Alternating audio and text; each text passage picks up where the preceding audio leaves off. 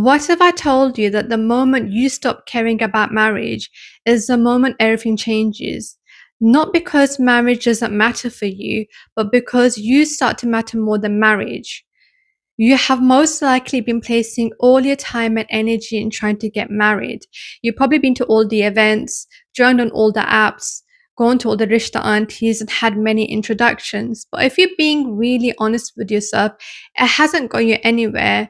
And not because you haven't been putting in the effort, but because somewhere along the way, you've placed marriage on such a high pedestal that you completely forgot about yourself. Marriage has become your identity, your whole focus, your measure of whether you're winning in life.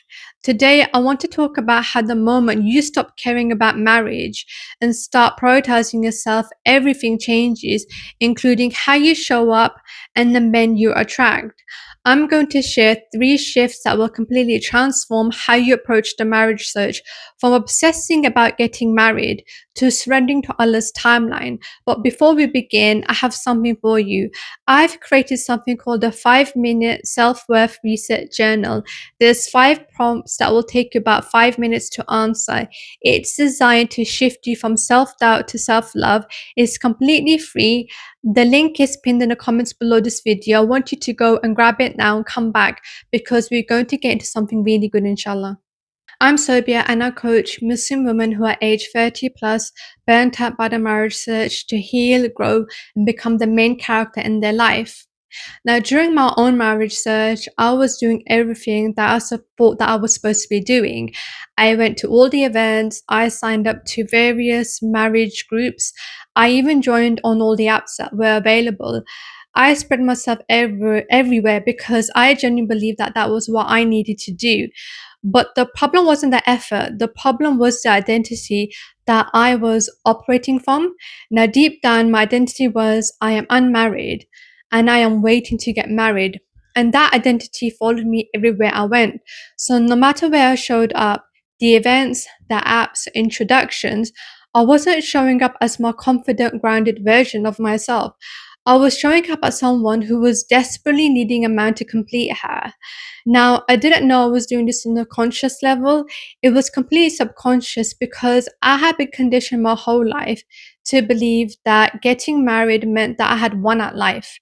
And that energy was actually attracting the wrong men, men who didn't align with my values, men who didn't respect my boundaries. I was so fixated on just getting married that I was willing to overlook just about anything. And then one day I actually got really tired of going to all the events, going all the apps, and for nothing to actually work out. And I actually got really tired of measuring my worth by whether a man chose me. So I just stopped. I just stopped caring about being chosen. I stopped caring about when it was going to actually happen for me. And when I stopped caring, I let go of the control and the attachment I had been gripping on so tightly. And then something unexpected had happened. I started feeling really light and very free. And I stopped being on the hunt for a husband and I just started living my life in the present moment and really enjoying it. And my energy shifted. I was more relaxed, more calm, and just more myself. And that's when everything changed for me. The men I actually started to attract into my life were completely different. They were high value, intentional, and men who actually wanted to pursue me. So let's get into the 3 shifts that will help you make the same transformation. Shift number 1, from I need marriage to feel complete to I am already complete.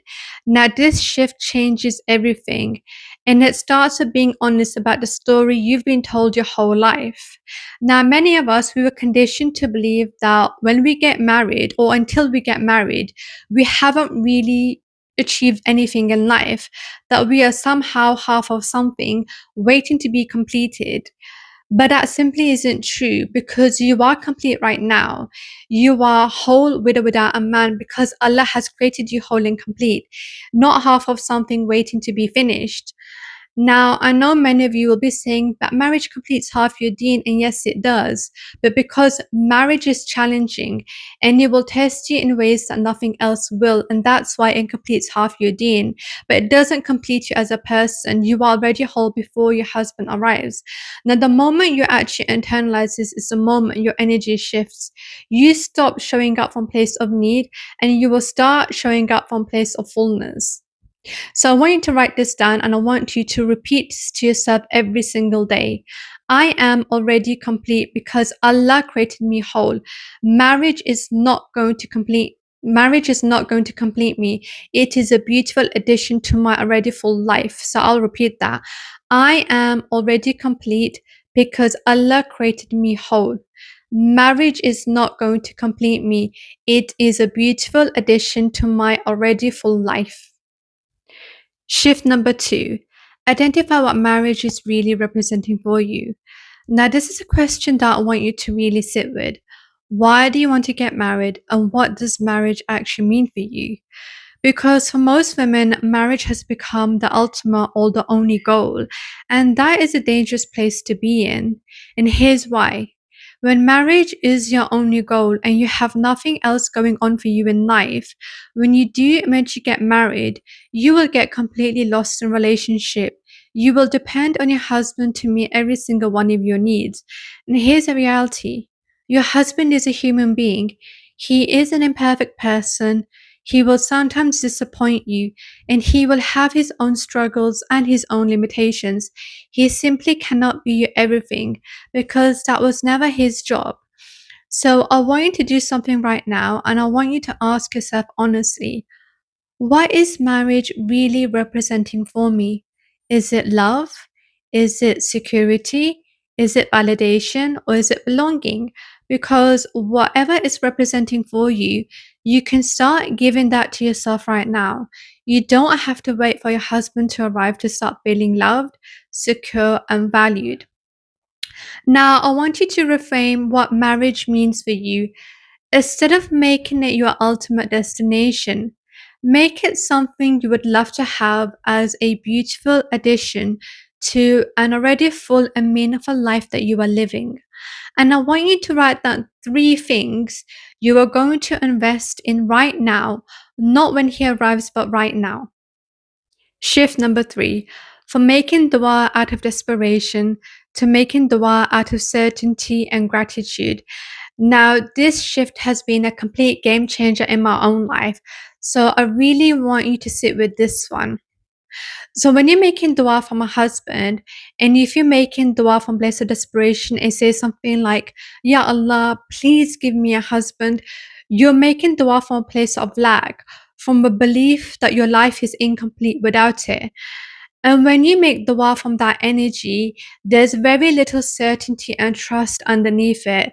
It's coming from a place of fear and not faith, and it's coming from a place of panic and not peace.